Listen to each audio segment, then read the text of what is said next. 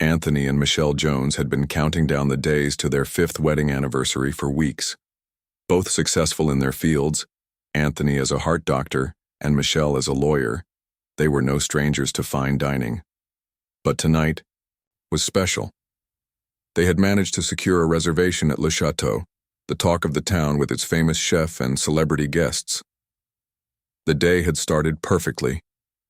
Anthony surprised Michelle with a small blue box at breakfast, a pair of diamond earrings that caught the morning light as she opened it. "They're beautiful," she whispered, immediately putting them on. "Only the best for the best," Anthony replied with a smile. "And wait until you see where we're eating tonight." Michelle's eyes lit up. "You got us into Le Chateau?" "How?" "I heard. There's a 3-month waiting list." Anthony winked. "I have my ways. Actually, I called every day for 2 months until they had a cancellation." The excitement carried them through the day. Michelle left work early to get her hair done, something she rarely did, and Anthony made sure to wrap up his patient consultations with enough time to shower and change into his best suit. Standing in front of their bedroom mirror, Anthony adjusted his tie for the 5th time. The charcoal gray suit fit him perfectly, a gift from Michelle last Christmas that he saved for special occasions. "You look handsome," Michelle said, walking in wearing a deep blue dress that fell just below her knees, the new earrings catching the light as she moved. "And you look stunning," Anthony replied, momentarily forgetting about his tie. They arrived at Le Chateau 15 minutes before their 8:00 p.m. reservation. The restaurant was housed in a renovated historical building with stone walls and arched windows. A valet took their car, and they walked arm in arm toward the entrance where soft golden light spilled onto the sidewalk. "I've heard their duck confit is life-changing," Michelle said, squeezing Anthony's arm. "And I've been dreaming about their chocolate soufflé for weeks," Anthony added with a laugh. The large wooden doors opened to reveal an elegant interior. Crystal chandeliers hung from high ceilings, casting a warm glow over white tablecloths and polished silverware. The soft murmur of conversation mixed with classical music playing in the background. At the host stand, a tall man in a perfectly pressed suit greeted them with a smile that didn't quite reach his eyes. "Good evening and welcome to Le Chateau. Do you have a reservation?" "Yes, Jones for 2 at 8 hours," Anthony said confidently. The host ran his finger down the list of names, his smile fading slightly. "Ah, Mr. and Mrs. Jones. I see your reservation here, but I'm afraid your table isn't quite ready yet." Anthony checked his watch. "That's fine, we're a bit early anyway. Perhaps you'd like to wait at the bar. I'll come for you when your table is ready," the host suggested, already turning to greet the next guests, an older white couple who had just walked in. Anthony and Michelle exchanged glances but headed to the bar area as directed. The bartender was busy with other customers, so they waited patiently, watching. As the host led the couple who had arrived after them directly to a table. "Maybe they had an earlier reservation," Michelle suggested, always one to give people the benefit of the doubt. Anthony nodded, though he couldn't shake a nagging feeling. They ordered drinks, a gin and tonic for him, a glass of champagne for her, and settled in to wait. 15 minutes passed, then 30.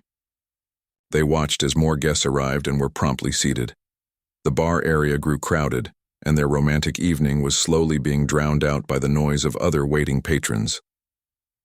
"I'm going to check on our table," Anthony said finally, setting down his now empty glass. He approached the host stand again, where the same man was checking in another group. When it was his turn, Anthony smiled politely. "Excuse me, we've been waiting for about 45 minutes now. Is our table almost ready?" The host's expression tightened. "I apologize for the wait, Mr. Jones. We're unusually busy tonight." Anthony glanced around at several empty tables visible from where he stood.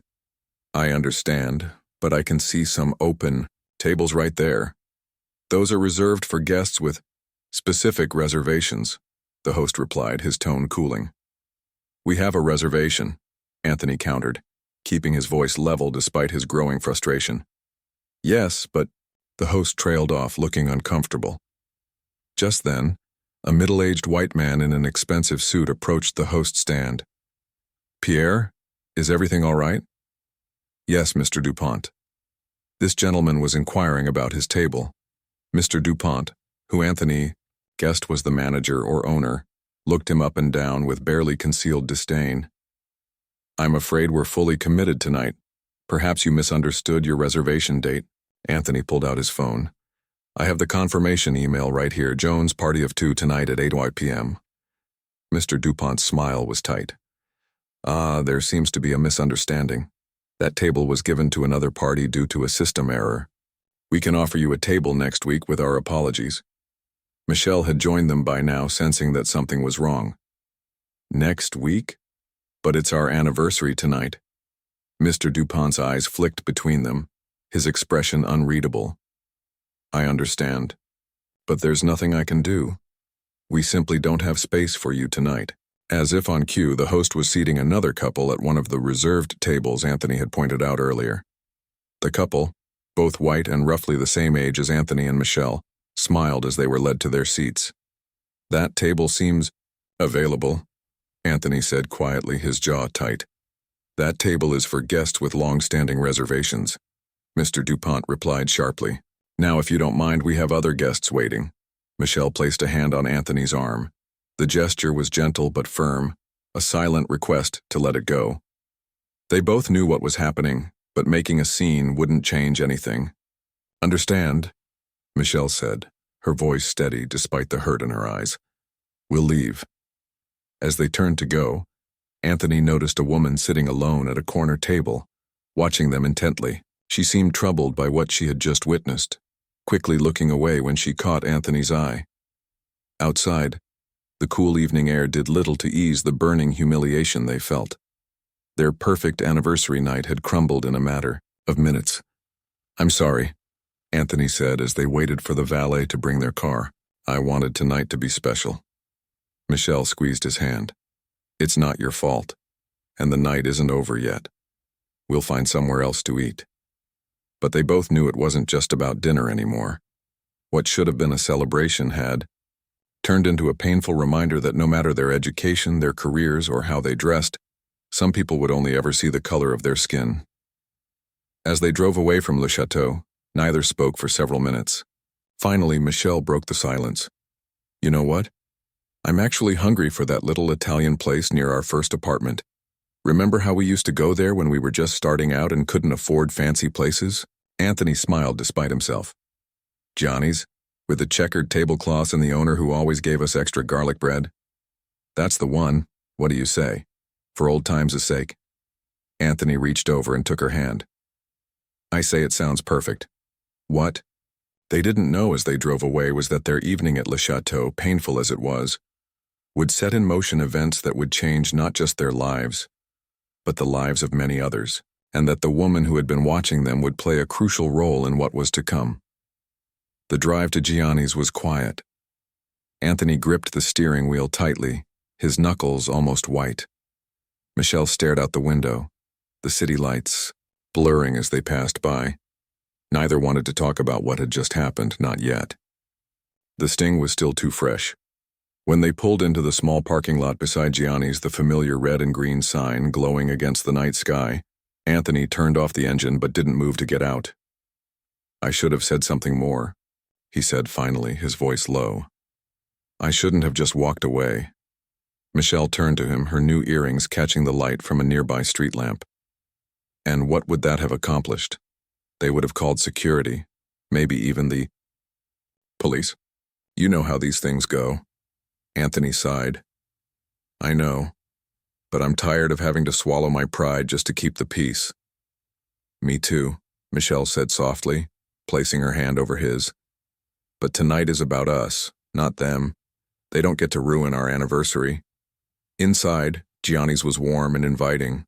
The checkered tablecloths and candles and wine bottles were just as they remembered. Old photographs of Italy lined the walls, and the smell of garlic and tomato sauce filled the air.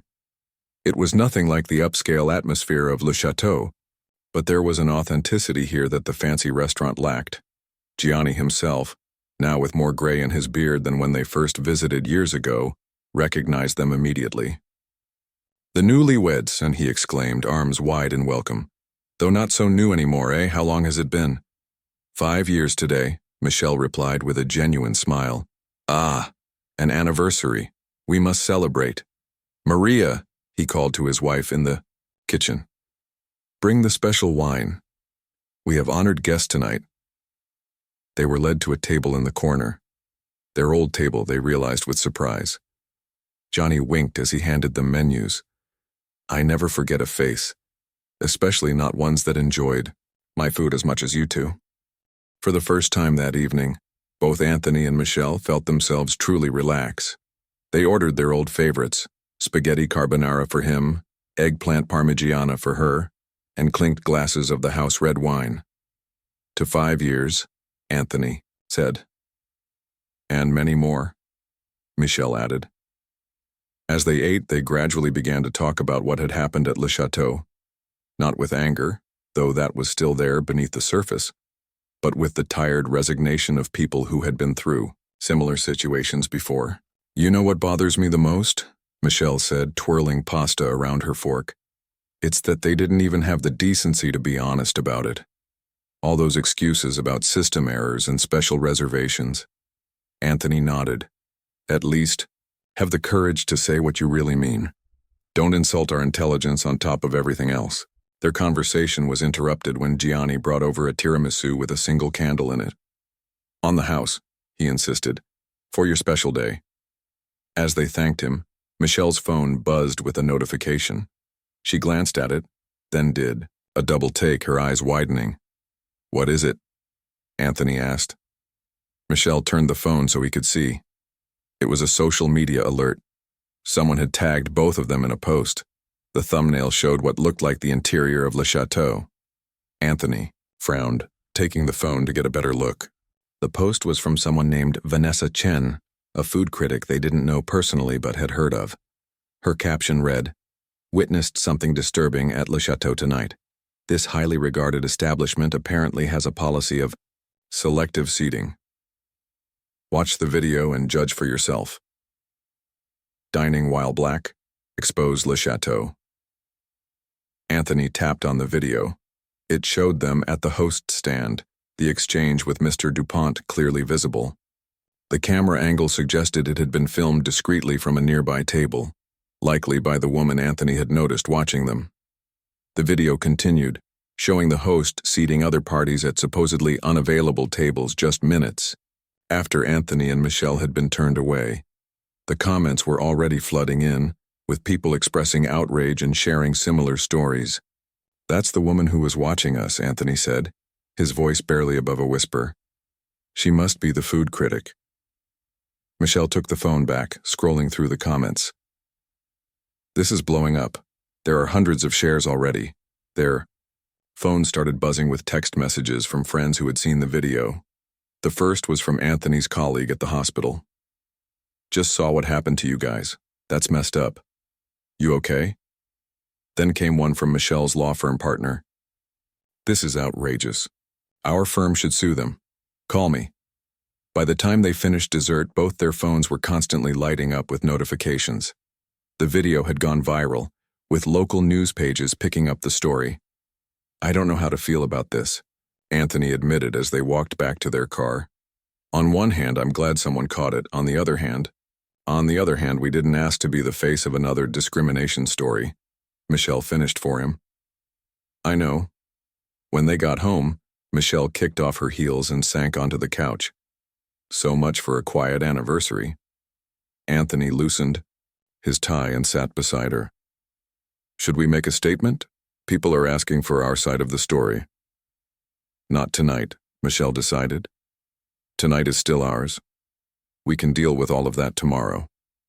But even as they tried to salvage what remained of their anniversary evening, their phones continued to buzz.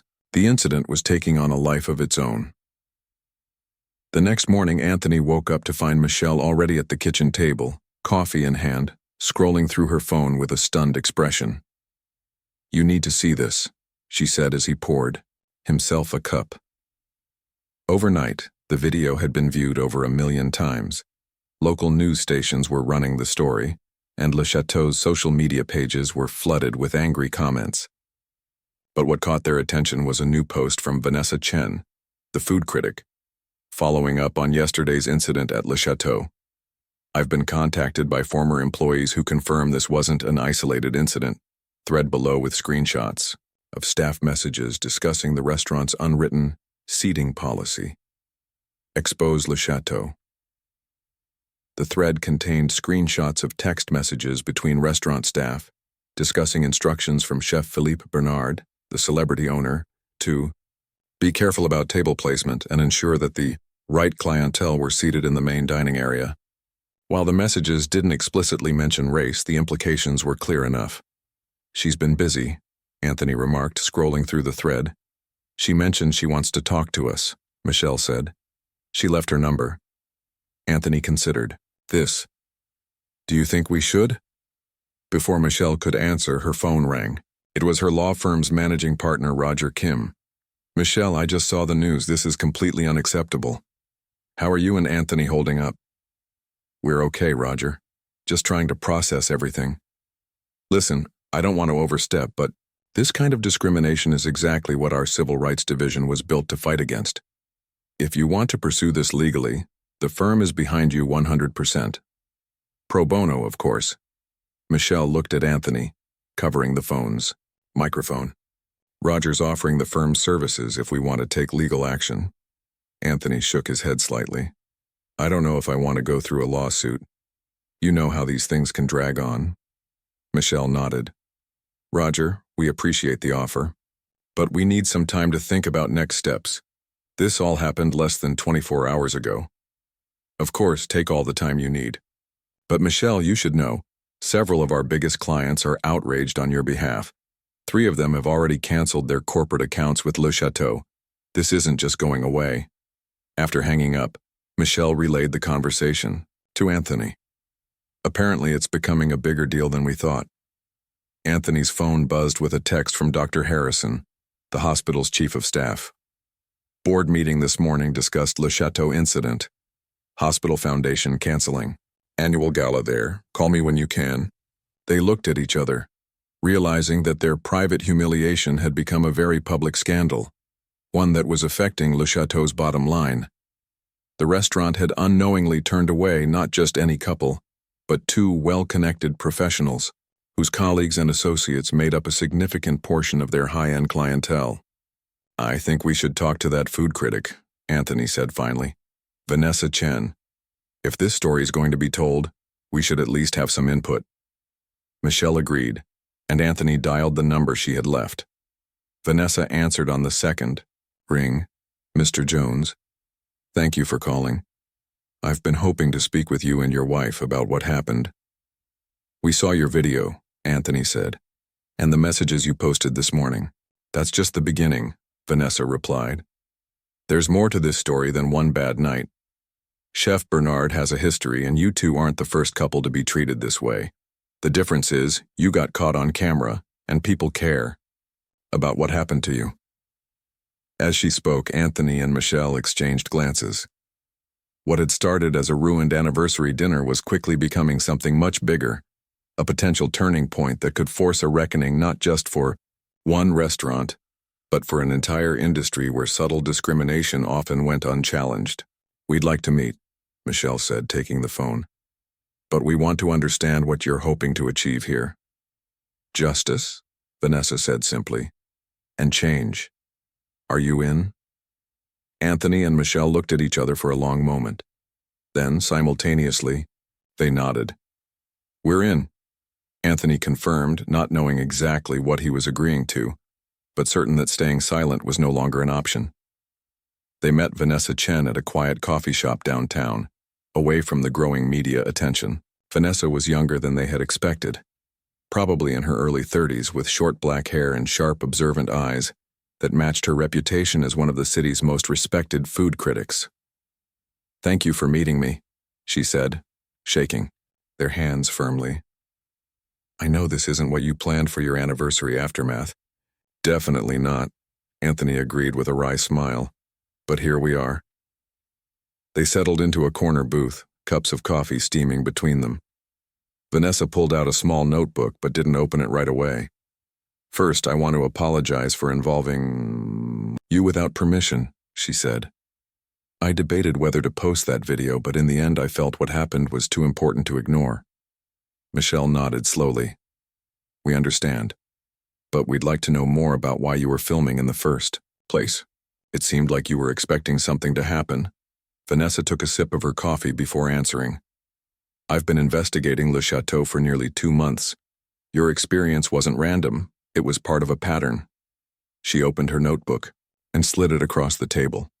Inside were dates, names, and brief descriptions, all instances of similar treatment at Le Chateau over the past year. These are just the ones I've been able to confirm, Vanessa explained. Former staff members have described an unwritten policy of keeping the main dining area, how did Chef Bernard put it, aesthetically consistent with the restaurant's brand image. Anthony felt his jaw tighten. That's just coded language for keeping black people out of sight. Exactly, Vanessa agreed. Most people who've been discriminated against either don't realize what's happening or don't want to make a fuss. The restaurant counts on that. Michelle, who had been quietly reading through the notebook, looked up. Some of these names, I recognize them. There's a judge here, and this woman is the head of pediatrics at Children's Hospital. Vanessa nodded. That's part of what makes your case different. You both have connections in the community. People know you, respect you. When it happened to you, people who might have ignored the issue before suddenly care. So what's your goal? Here? Anthony asked directly. An exposé? Partially, Vanessa admitted. I'm working on a major piece about discrimination in the city's high-end restaurant scene, with Le Chateau as the primary focus. But this isn't just about one article. It's about forcing real change in an industry that's been allowed to operate with these unspoken biases for too long. Michelle, ever the lawyer, leaned forward. And what would that change look like exactly? Vanessa's eyes lit up. Policy changes, staff training, accountability measures, and not just at Le Chateau, at every restaurant in the city. This could set a precedent. As they continued talking, Vanessa shared more of what her investigation had uncovered. Former employees had described how the hosting staff was trained to use code words for different types of customers, how certain tables were kept reserved, even when they weren't, just to have an excuse ready. How Chef Bernard would sometimes watch the security cameras from his office and send text messages to the maitre d' if he didn't like the look of newly arrived guests. This man has 3 Michelin stars and a TV show, Anthony said incredulously. How has he gotten away with this for so long? Celebrity chefs are like mini-gods in their restaurants, Vanessa explained. No one questions them. And staff who do are quickly pushed out. She introduced them to the text messages she'd received from Lisa, a former hostess who had quit in protest 3 weeks earlier. Lisa had documented months of discriminatory practices, saving screenshots of staff communications that revealed the restaurant's real seating policies. Lisa wants to meet you, Vanessa said. She's been looking for a way to expose what's happening there, but was afraid no one would believe her without proof. Your video was the proof she needed. By the time they finished their coffee, Anthony and Michelle had a much clearer picture of what they'd stumbled into. What had felt like a personal slight was actually part of a systemic problem, one they now had the opportunity to address. Chef Bernard's PR team released a statement this morning, Vanessa mentioned as they were preparing to leave. They're calling it a misunderstanding and offering you a complimentary dinner, Michelle scoffed, as if we'd ever set foot in that place again. They're panicking, Vanessa said. The video has over 2 million views now, and they've lost a dozen corporate accounts since yesterday. Your colleagues made sure of that. Outside the coffee shop, they agreed to meet again the following day with Lisa and 2 other former employees who were willing to go on record. As they parted ways, Vanessa hesitated. There's something else you should know, she said. I've been contacted by representatives from other high-end restaurants in the city. They're worried about being caught up in this scandal. Some of them want to get ahead of it by announcing new diversity initiatives. So we've struck a nerve, Anthony observed. A big one, Vanessa confirmed. This could be the beginning of real change if you're willing to be the face of it. On the drive home, Anthony and Michelle discussed what they'd learned. The scope of the issue was larger than they'd imagined, and they now faced a decision: Step back and let the story play out, or step forward and help shape what happened next. I keep thinking about what you said to Roger yesterday, Anthony said, about not wanting to get involved in a lengthy legal battle. Michelle nodded. A lawsuit would take years, with no guarantee of meaningful change. But this, she gestured toward her phone, where notifications were still pouring in. This is happening now. People are paying attention now. So we use the moment, Anthony concluded. We use the moment, Michelle agreed. That evening, they drafted a statement with Vanessa's help. It was measured but firm, describing their experience without sensationalism and calling for industry-wide changes rather than just punishing one restaurant. They decided to release it the next morning, but as they were finalizing the wording, Michelle's phone rang. It was an unknown number. Mrs. Jones? This is Philippe Bernard. Michelle's eyes widened as she mouthed, Chef Bernard, to Anthony, who immediately moved closer to hear. I'm calling to personally apologize for your experience at my restaurant, Bernard continued, his French accent thick but his English perfectly clear. There has been a terrible misunderstanding, and I would like to make it right. I appreciate the call, Mr. Bernard, Michelle replied coolly, but I don't believe there was any misunderstanding. Your policies were carried out exactly as intended. There was a pause on the other end. I don't know what you've been told, but I assure you, Le Chateau does not discriminate against anyone. We value all our guests.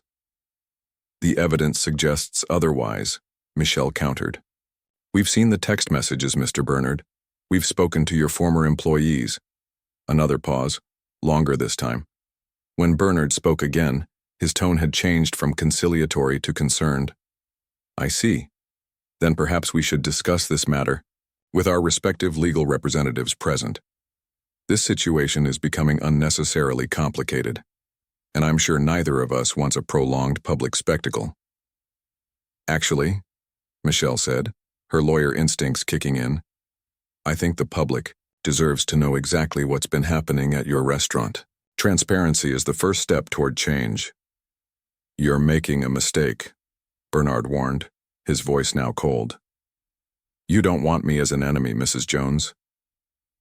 Anthony, who had been listening intently, couldn't stay silent any longer. He leaned closer to the phone. No, Mr. Bernard, you don't want us as enemies. And right now you're not just facing us, you're facing every person who's ever been turned away because of how they look. This isn't going away with a free dinner or legal threats. Bernard was silent for a moment. We could have resolved this privately, he said finally. Remember that when this gets ugly. The line went dead. Michelle set down her phone slowly. Well, that confirms it. He's worried. He should be, Anthony replied. But so should we. He didn't get where he is by playing nice. That night, they barely slept. The confrontation with Bernard had made the stakes clear. This wasn't just about sharing their story anymore. They were challenging a powerful figure who had built an empire on his reputation, and he wouldn't surrender it without a fight. In the morning, news broke that Chef Bernard had called an emergency staff meeting at Le Chateau. According to sources, inside the restaurant, he had instructed employees to deny any knowledge of discriminatory practices and suggested that the Jones couple was seeking attention or financial gain. He's going on the offensive, Vanessa warned when she called to tell them, trying to control the narrative. But Bernard had miscalculated. By attacking Anthony and Michelle's character, he had only made the story more compelling to the media. Local news stations that might have given the story a day or two of attention now saw the potential for an ongoing battle between a celebrity chef and the respected professional couple he had wronged. By midday, national news outlets had picked up the story. Dining while black was trending on social media, with people across the country sharing similar experiences at upscale establishments. What had started as one ruined anniversary dinner was rapidly becoming a movement, with Anthony and Michelle at its center. And despite the pressure and the threats, they found themselves surprisingly ready for the challenge. Remember when you said you were tired of swallowing your pride to keep the peace? Michelle asked Anthony as they watched yet another news segment about the controversy. I do, he replied. "I don't think we'll have to worry about that anymore," she said with a small smile. "For better or worse, the peace is already broken." Anthony took her hand. "Then let's make sure something better comes from the pieces." The next few days passed in a blur of interviews, meetings, and strategy sessions. Anthony and Michelle's living room had become an impromptu headquarters for what the media was now calling the Le Chateau movement. Vanessa was there almost constantly, coordinating with former restaurant employees who continued to come forward with their own stories. Lisa, the former hostess, had brought her entire work phone with its messaging history, providing irrefutable evidence of the restaurant's discriminatory practices. Two other ex-employees, a server named David and a sous chef named Thomas, had joined them, each with their own accounts of Chef Bernard's problematic behavior. He would watch the security cameras from his office, David explained during a strategy meeting. If he saw black customers being seated in the main dining room, he'd text the floor manager to move them to what he called peripheral tables. Basically the worst spots in the house. Thomas nodded. In the kitchen, he'd make comments if he thought too many diverse guests were being seated during prime hours. He was obsessed with the restaurant's image.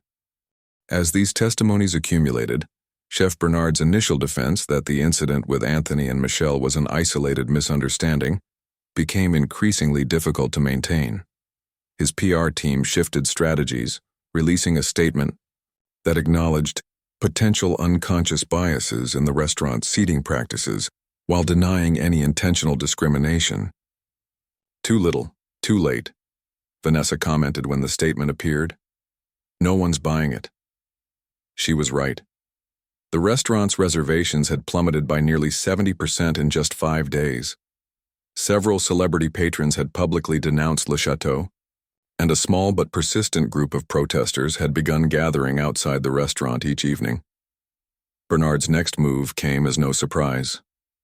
Through his lawyers, he sent Anthony and Michelle a cease and desist letter, claiming defamation and threatening a lawsuit if they continued to spread false narratives about his business practices. Michelle, who had been expecting this, merely handed the letter to her firm's top defamation attorney. "Let them try," she said calmly. "Truth is an absolute defense against defamation claims." What Bernard hadn't anticipated was the response from the city's other high-end restaurants. Sensing both a moral imperative and a business opportunity, a coalition of restaurant owners announced the formation of the Fair Dining Initiative, a commitment to transparent seating policies, staff diversity training, and regular audits to ensure equitable treatment of all guests. The announcement made front-page news, with several owners directly crediting Anthony and Michelle for bringing the issue to light. One particularly prestigious establishment, the Grand Terrace, invited the couple to be guests of honor at a charity dinner supporting education in underserved communities. "They're distancing themselves from Bernard," Vanessa observed. "Smart move." Anthony nodded. "And good for the cause. Every restaurant that joins this initiative is one more place where people like us won't have to wonder if we're truly welcome." The coalition's formation marked a turning point. What had begun as outrage over one incident was evolving into a structured movement for lasting change. Anthony and Michelle found themselves consulting with restaurant owners, diversity experts, and community leaders on best practices for the industry. 7 days after the initial incident, they held a press conference on the steps of City Hall. Flanked by Vanessa, Lisa, and representatives from the Fair Dining Initiative, they announced the creation of a new app that would allow diners to report and review establishments based on inclusivity practices. "This isn't about punishment," Michelle emphasized to the gathered reporters. "It's about transparency and accountability. Diners deserve to know which establishments truly welcome everyone, and restaurants deserve the opportunity to demonstrate their commitment to fairness." Anthony added, "What happened to us was unfortunate, but it's led to something important. This movement isn't just about fine dining, it's about dignity, about being seen as people first, not as unwelcome additions to someone else's ideal aesthetic." The WOW press conference was broadcast live on local news and streamed online, reaching an audience far beyond what they had anticipated. By that evening, more than 50 restaurants had requested to be early participants in the app's certification program. But as the movement gained momentum, Chef Bernard's resistance intensified. His legal team filed the threatened defamation lawsuit, naming not only Anthony and Michelle but also Vanessa and the former employees who had spoken out. "He's trying to intimidate us," Vanessa said when the news broke. "Classic slap suit, strategic lawsuit against public participation. It's meant to drain our resources and scare others from speaking up." Michelle wasn't worried. "My firm is taking all our cases pro bono, and we've already lined up a top civil liberties organization to assist. Bernard is fighting a losing battle." What none of them expected was Bernard's next move. The day after filing the lawsuit, he appeared on a popular morning talk show, portraying himself as the victim of a coordinated attack on his reputation. "My restaurant has served people of all backgrounds for years," he insisted, his French accent thicker than usual, a trick Vanessa noted he used when trying to appear sympathetic. "This couple was not turned away because of their race. They were asked to wait because we truly did not have a suitable table ready. What has followed has been nothing short of a witch hunt." The host, known for softball questions, failed to challenge Bernard's claims or mention the substantial evidence against him. Instead, she allowed him to paint himself as an immigrant who had achieved the American dream only to be targeted by opportunists. "He's good," Anthony admitted reluctantly as they watched the interview. "He knows exactly how to play the victim." But Bernard had miscalculated again.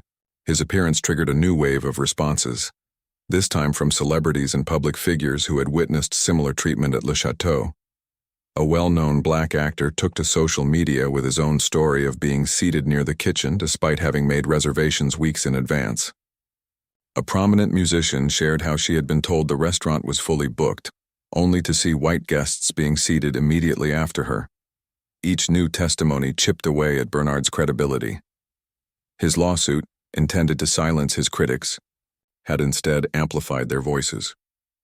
10 days after being turned away from Le Chateau, Anthony and Michelle received an unexpected call. It was from Eleanor Williams, the restaurant's largest investor, and a silent partner who had stayed out of the public eye during the controversy. "I'd like to meet with you privately," she said. "No lawyers, no press, just a conversation about how we move forward." Anthony and Michelle were cautious but curious. After consulting with Vanessa and their legal team, they agreed to the meeting at a neutral location, a private room at the city's art museum. Eleanor Williams was an elegant woman in her 60s with silver hair and the confident bearing of someone accustomed to being in charge. She came alone as promised.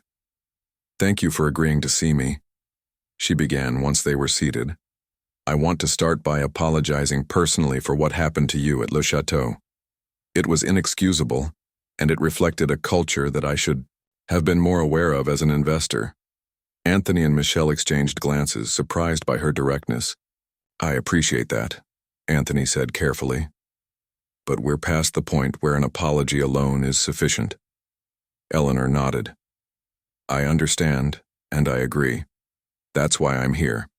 The board of investors met yesterday and voted to remove Philippe Bernard from operations at Le Chateau effective immediately. Michelle raised an eyebrow. "That's unexpected. Bernard is the face of the restaurant. His name is synonymous with Le Chateau." "It was a difficult decision," Eleanor acknowledged, "but necessary.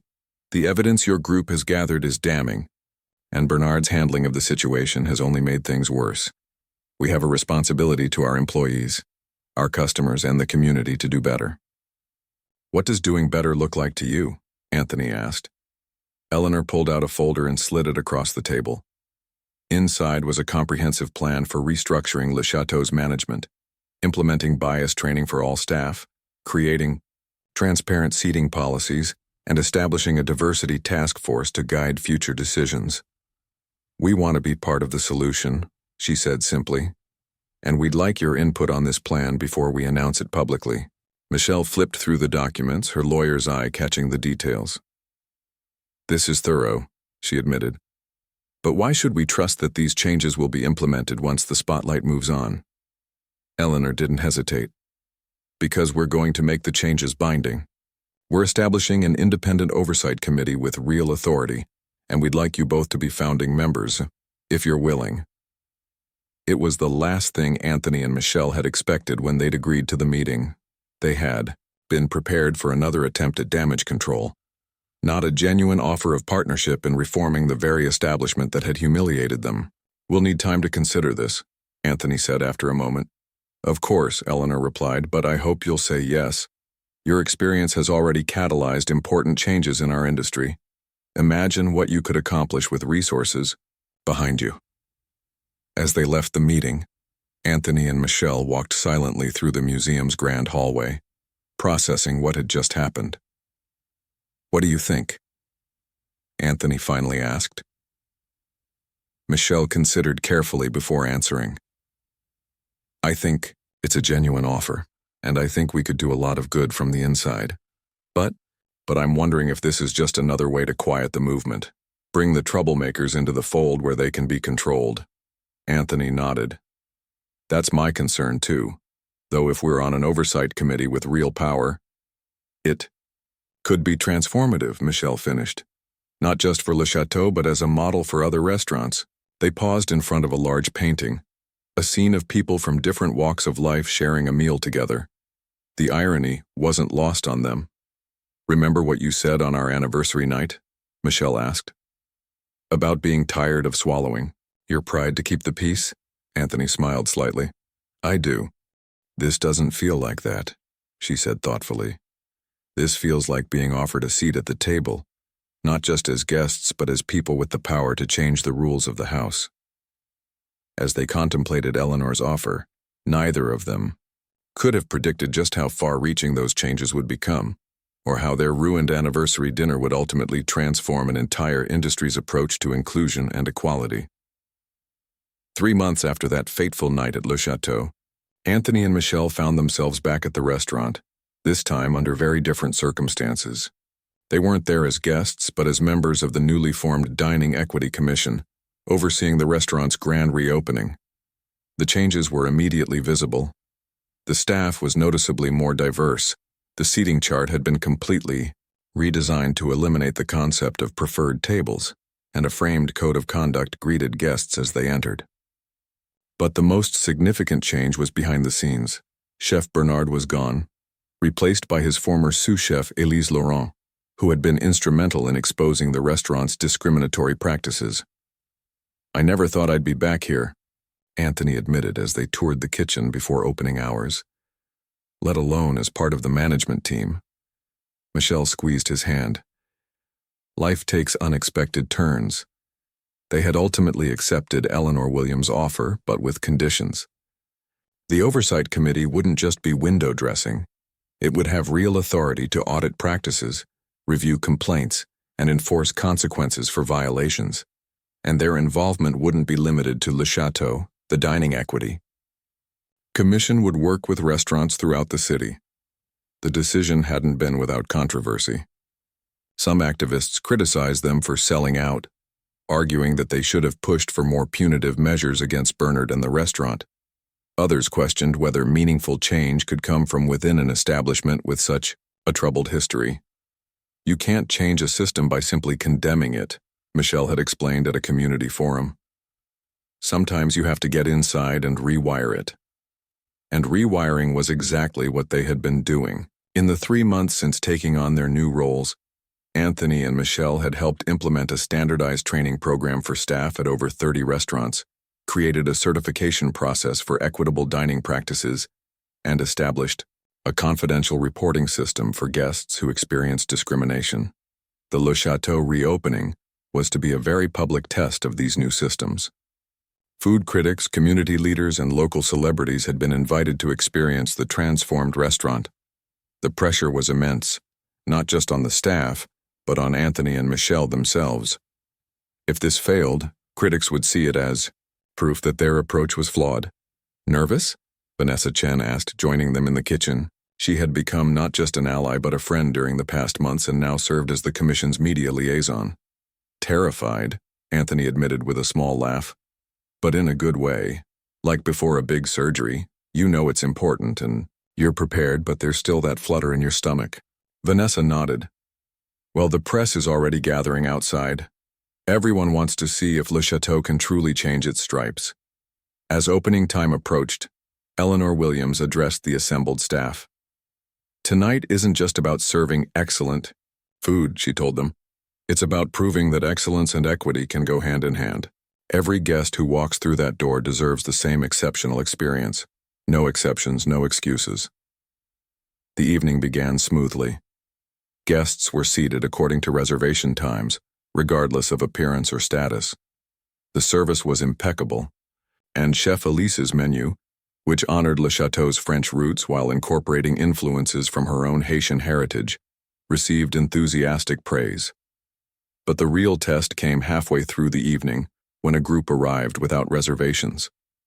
In the past, the host would have had unlimited discretion in deciding whether to accommodate them, a system that had enabled much of the previous discrimination. Now, there was a clear protocol. If tables were available, guests would be seated in the order they arrived, period. The group, two black couples celebrating a birthday, was told there would be a 20-minute wait, exactly the same information given to the white couple who had arrived just before them.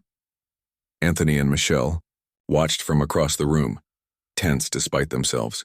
Old habits could be hard to break, especially in high-pressure environments like a packed restaurant. But the new host, a young woman who had been part of the intensive training program, handled the situation perfectly. She took their names, offered them seats at the bar while they waited, and checked in with them regularly. When a table became available, she escorted them to it with the same courtesy shown to every other guest. It was a small moment, but a significant one. This was exactly the kind of everyday interaction that had gone wrong before, the kind that made some diners feel unwelcome, based solely on their appearance. As the evening progressed, similar moments accumulated. A spilled drink, handled with grace rather than annoyance, special requests accommodated without fuss. Tables of diverse guests receiving equally attentive service. None of this should have been remarkable, but in the context of Le Chateau's history, each instance represented a step toward a new normal. By the end of the night, even the most skeptical critics seemed impressed. The food had been exceptional, the service flawless, and most importantly, the atmosphere genuinely welcoming to all. After the last guests had departed, the staff gathered for a debrief. There were tired smiles all around. They knew they had passed a crucial test. "This is just the beginning," Eleanor reminded them. "One good night doesn't erase the past. We have to earn our reputation for fairness every single day, with every single guest." As the staff dispersed, Chef Elise approached Anthony and Michelle. "I've been wanting to thank you properly," she said. "Without you standing up that night, none of this would have happened. I'd still be working under Bernard, watching him mistreat people and feeling powerless to stop it." "You weren't powerless," Michelle pointed out. "You chose to speak up when it mattered." Elise nodded. "But you gave us the platform. You could have just walked away, found another restaurant, and forgotten about it. Most people would have." "We almost did," Anthony admitted. "That night, all we wanted was to salvage our anniversary dinner." "Speaking of which," Elise said with a smile, "I have something for you." She gestured to a server who brought over a small cake with a single candle. "It's 3 months late, but I thought you deserved a proper anniversary celebration in the restaurant you helped transform." It was a thoughtful gesture that brought unexpected tears to Michelle's eyes. 3 months ago, they had left this place feeling humiliated and unwelcome. Now they were being honored by the very same establishment, not because of who they knew or how much they could spend, but because of the changes they had helped create. The following morning, reviews of the reopening dominated local news and social media. Most were overwhelmingly positive, praising not just the food but the palpable shift in atmosphere. A few remained skeptical, questioning whether the changes would last once the spotlight faded. But even these critics acknowledged that something significant had occurred. Vanessa's review, published in the city's most prestigious food magazine, captured it best. Le Chateau has undergone more than a mere renovation. It has experienced a rebirth. Under the guidance of the Dining Equity Commission and the skilled hand of Chef Elise Laurent, What was once an exclusive enclave has become a model for how fine dining can and should be. Exquisite, yes, but also genuinely welcoming to all who appreciate culinary artistry. The true test will be whether this transformation endures, but the foundation laid is undeniably strong. In the weeks that followed, the Commission's work expanded. Restaurants across the city, and soon across the state, began requesting their training programs and certification. What had started as a response to one incident was becoming a movement with real momentum. 6 months after the infamous night at Le Chateau, Anthony and Michelle were invited to speak at a national conference on diversity in the hospitality industry. As they prepared their presentation, they reflected on how far things had come. "Do you ever wonder what would have happened if we'd just gone to another restaurant that night?" Anthony asked as they reviewed their slides. "If we hadn't been seated near Vanessa, if she hadn't been investigating Bernard already?" Michelle considered the question. "I think something would have happened eventually. The pressure was building. Too many people had experienced the same treatment. We were just the spark that lit the fuse." "Maybe," Anthony agreed. "But timing matters, and standing up matters."